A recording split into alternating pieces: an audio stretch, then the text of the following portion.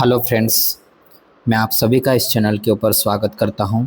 So friends, आज मैं आप लोगों के लिए बहुत ही इम्पोर्टेंट पॉइंट्स को जो बेसिक कॉन्सेप्ट ऑफ इलेक्ट्रिसिटी से संबंधित है, जो अलग अलग एग्ज़ामों में पूछे गए उन पॉइंट्स को हम डिस्कस करेंगे ताकि हमारा कम समय में रिवीजन हो इसमें।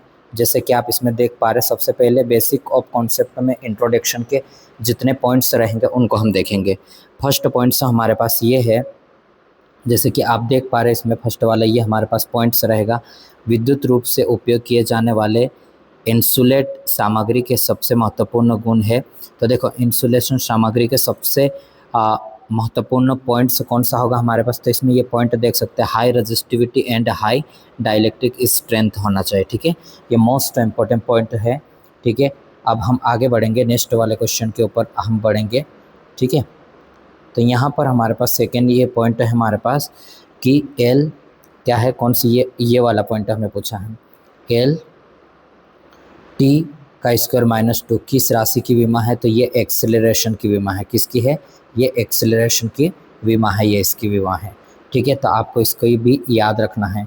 नेक्स्ट है 1 एंगस्ट्रम इज, 1 एंगस्ट्रम किसके बराबर होता है, तो 1 एंगस्ट्रम 0.1 नैनोमीटर के बराबर होता है। किसके बराबर होता है, 0.1 नैनोमीटर के बराबर होता है। ये अलग अलग एग्जामों में पूछा गया क्वेश्चन है।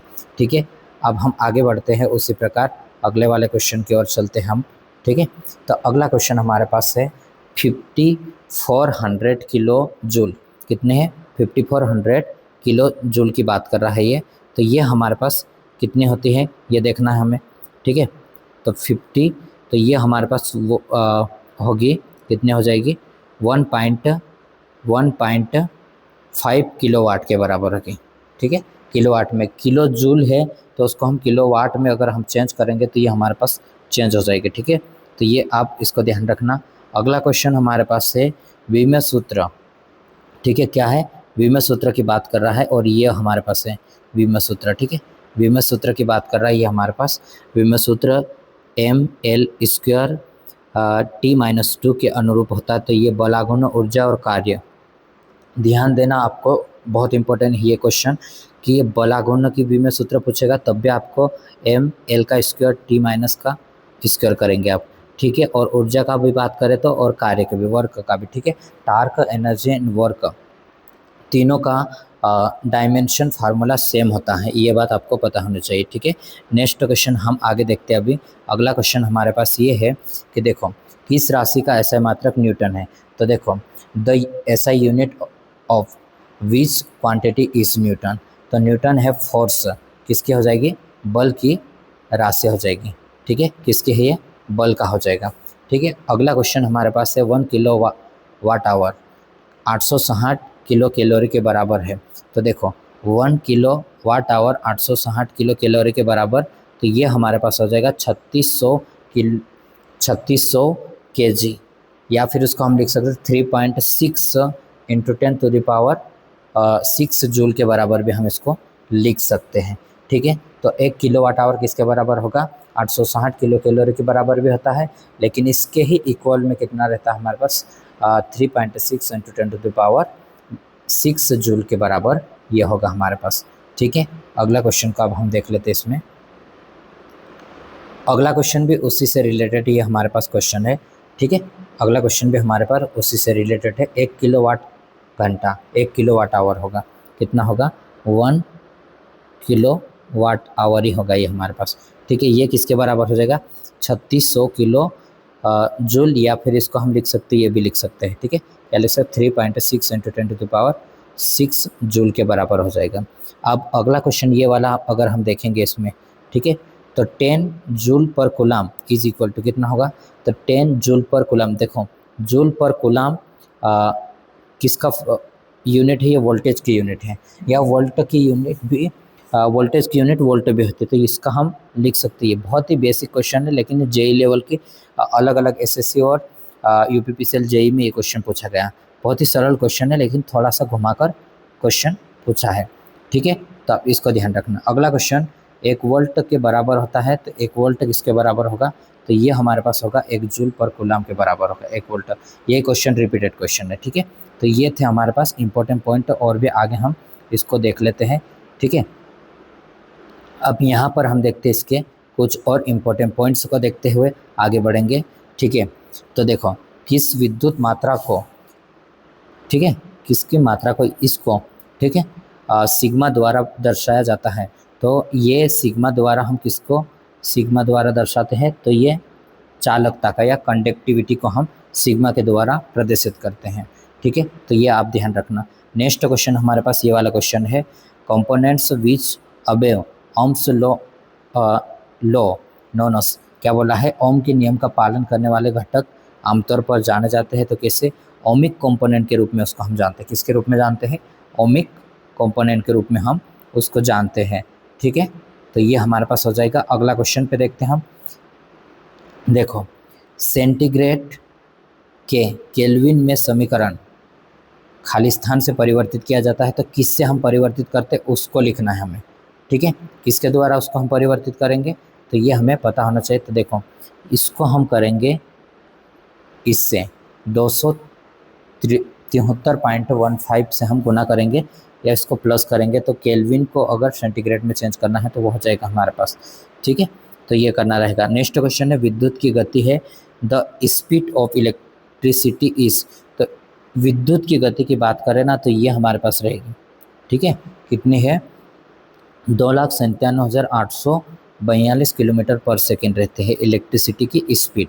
ठीक है, ये आपको याद रहना चाहिए, बहुत ही इंपॉर्टेंट है। कितना, 2,97,842 किलोमीटर। ठीक है, अगला क्वेश्चन ये हमारे पास है। अगला क्वेश्चन, नेक्स्ट क्वेश्चन हमारे पास ये देखिए।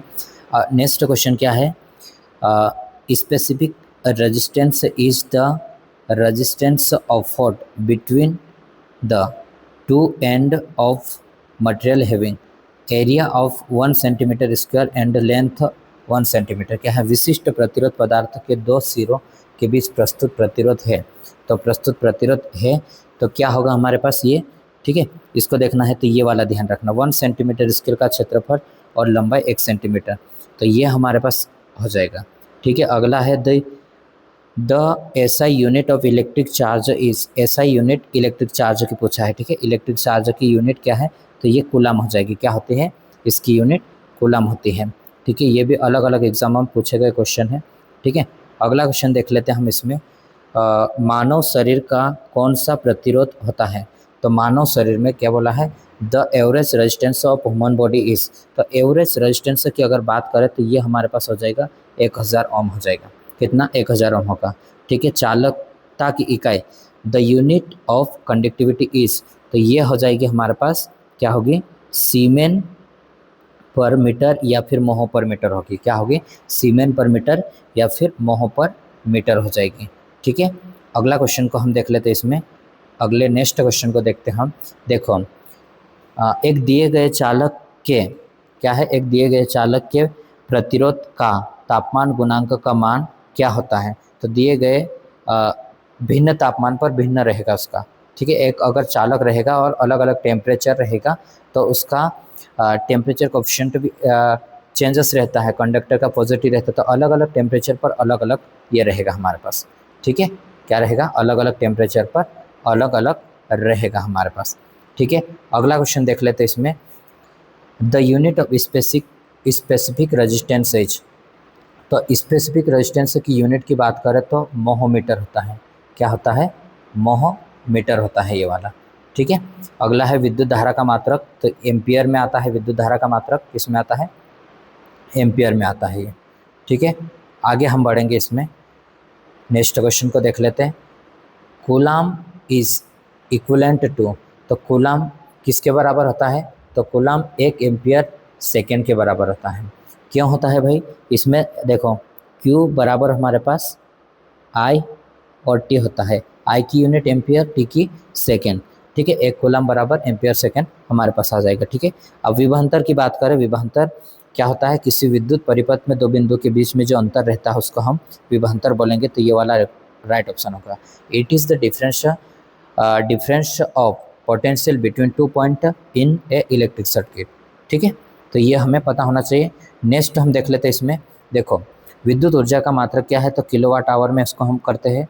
और ऊर्जा का सूत्र देखेंगे तो एनर्जी की, अगर एनर्जी निकालना है, एनर्जी तो ये हमारे पास हो जाएगा पावर इंटू टाइम, ठीक है, शक्ति इंटू समय हो जाएगा, ठीक है।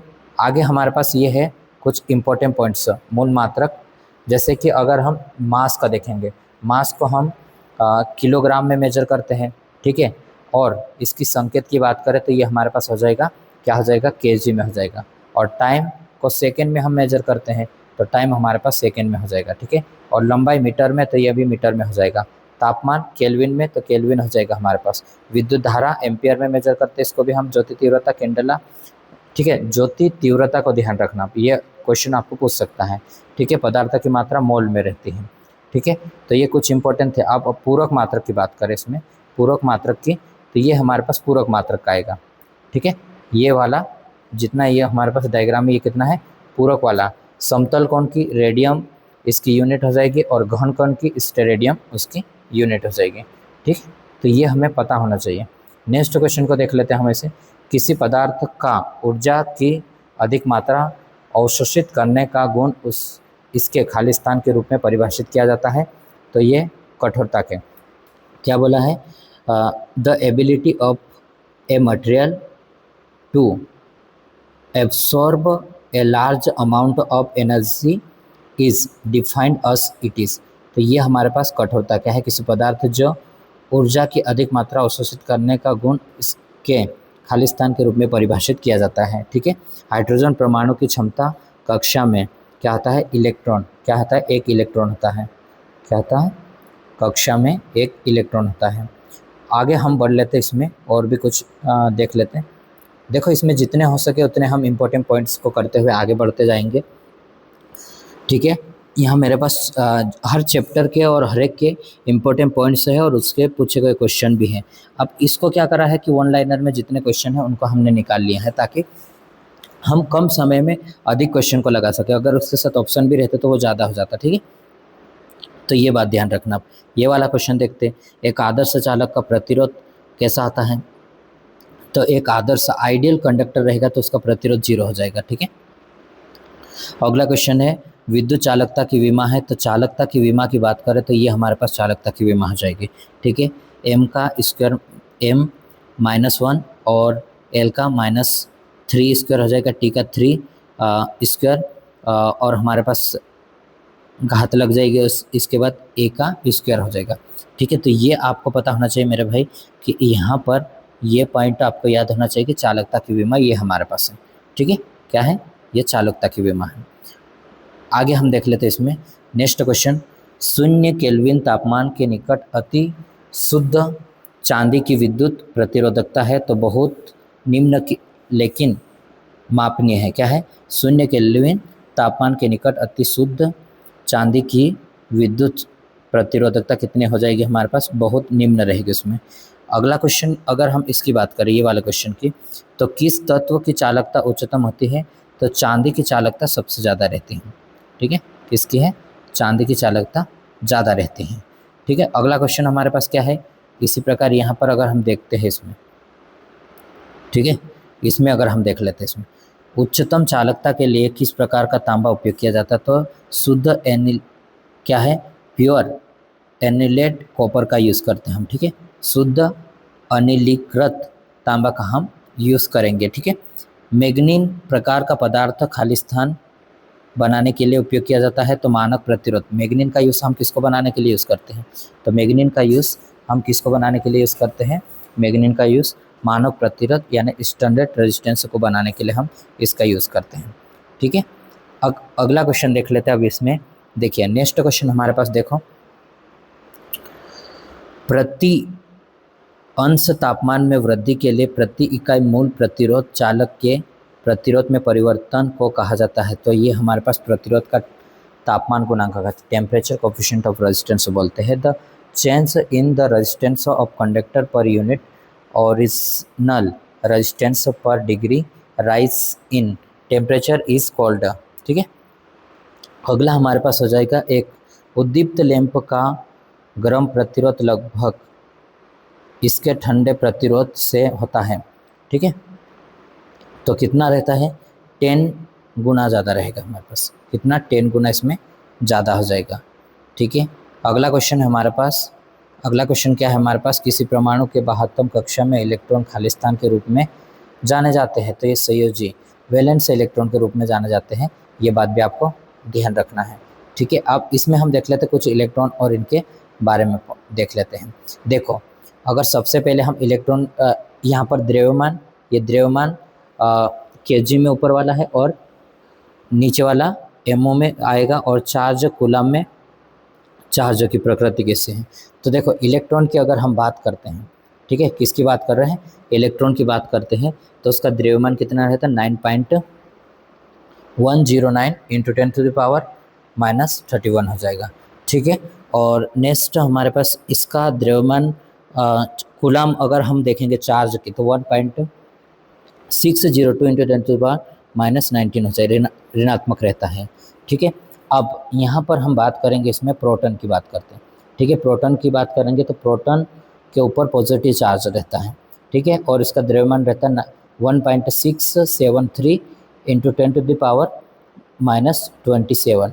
ठीक है, और यहाँ पर पॉजिटिव चार्ज ये रहता है। ठीक है, और न्यूट्रॉन क्या रहता है, न्यूट्रॉन हमारे पास ये रहेगा, इसके ऊपर उदासीन, कोई चार्ज नहीं होता है इसके ऊपर। ठीक है, तो ये बात आप ध्यान रखना। अब हम आगे बढ़ते हैं नेक्स्ट क्वेश्चन की, ये हमारे पास नेक्स्ट क्वेश्चन है। ठीक है, किसी निकाय में परिणामी आवेश खाली स्थान है, जबकि इसमें प्रोटॉनों की संख्या इलेक्ट्रॉनों की संख्या के बराबर है, तो कैसा होगा। हाँ, आवेश तो शून्य हो जाएगा ना, प्रोटॉन की संख्या कैसे है,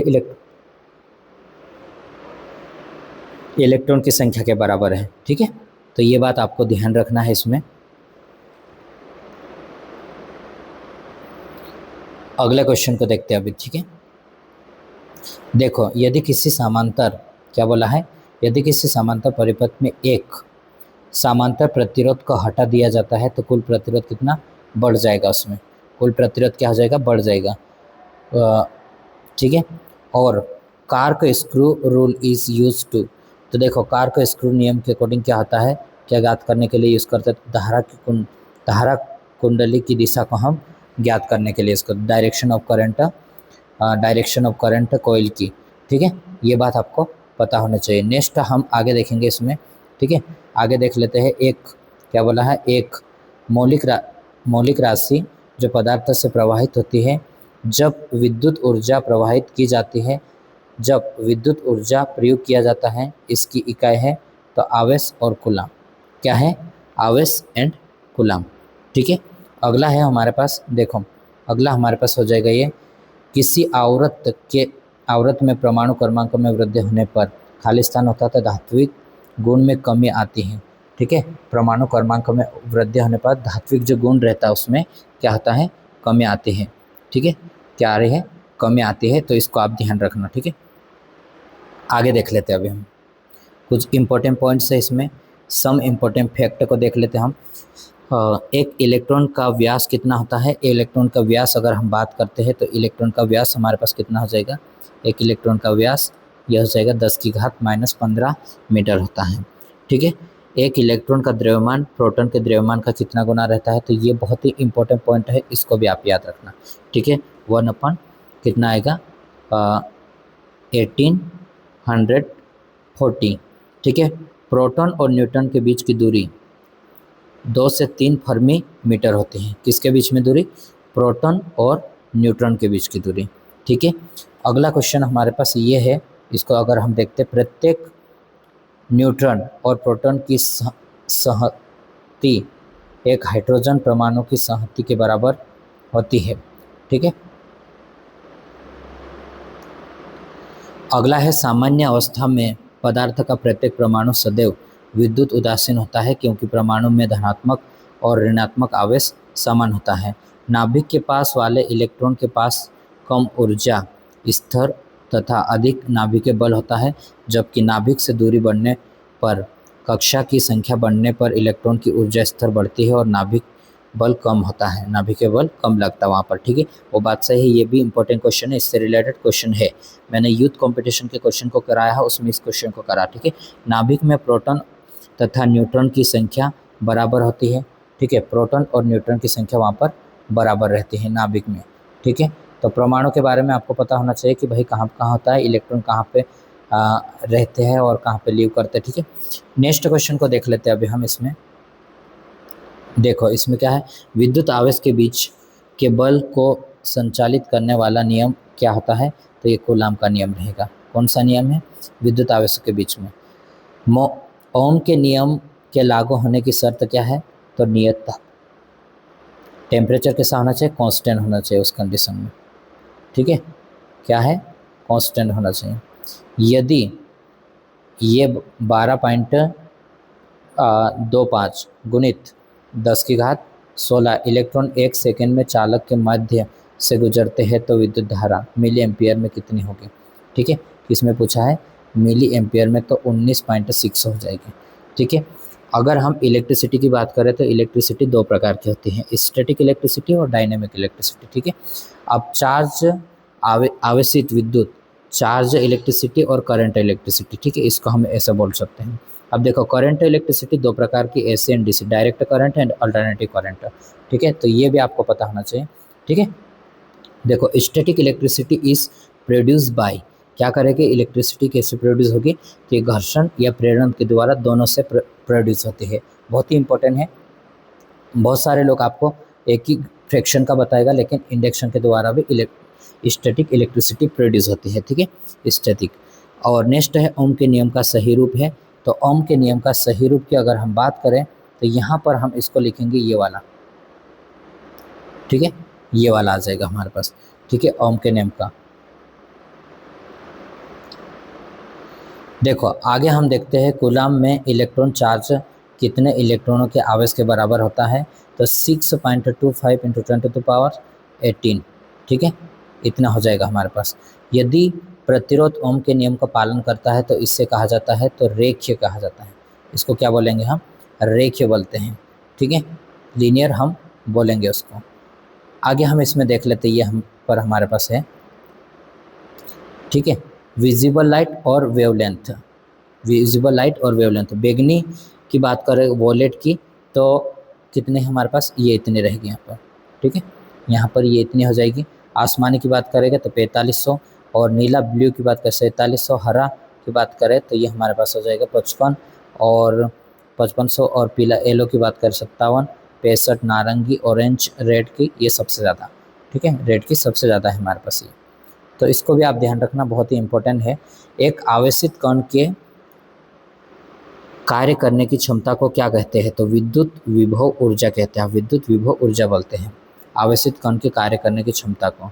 ठीक है, नेक्स्ट क्वेश्चन हमारे पास ये है, यदि दो आवेशित निकायों में खाली स्थान एक समान हो तो इनमें से कोई विद्युत धारा प्रवाहित नहीं होती है, तो विभव से, किससे, विभव से। इसमें यदि दो आवेशित निकाय में क्या होता है, no current flow through two charge bodies it they have equal रहेगा, तो वो वहाँ पर करंट फ्लो नहीं होगा। ठीक है, बहुत ही इंपॉर्टेंट ये भी क्वेश्चन है हमारे पास। ठीक है, देखो आगे हम देख लेते हैं कि in case of projectile motion where is the kinetic energy minimum. देखो, प्रक्षेप्य गति के मामले में, किसके, प्रक्षेप्य गति के मामले में गतिज ऊर्जा स्थिति में न्यूनतम उच्चतम बिंदु पर होता है। ठीक है, नेक्स्ट क्वेश्चन ये हमारे पास, केवल निष्क्रिय युक्ति एक समूह है, ट्रांसफार्मर, प्रतिरोध और संधारित्र प्रेरकत्व हो जाएगा। ठीक है, तो ये हमारे पास रहेगा।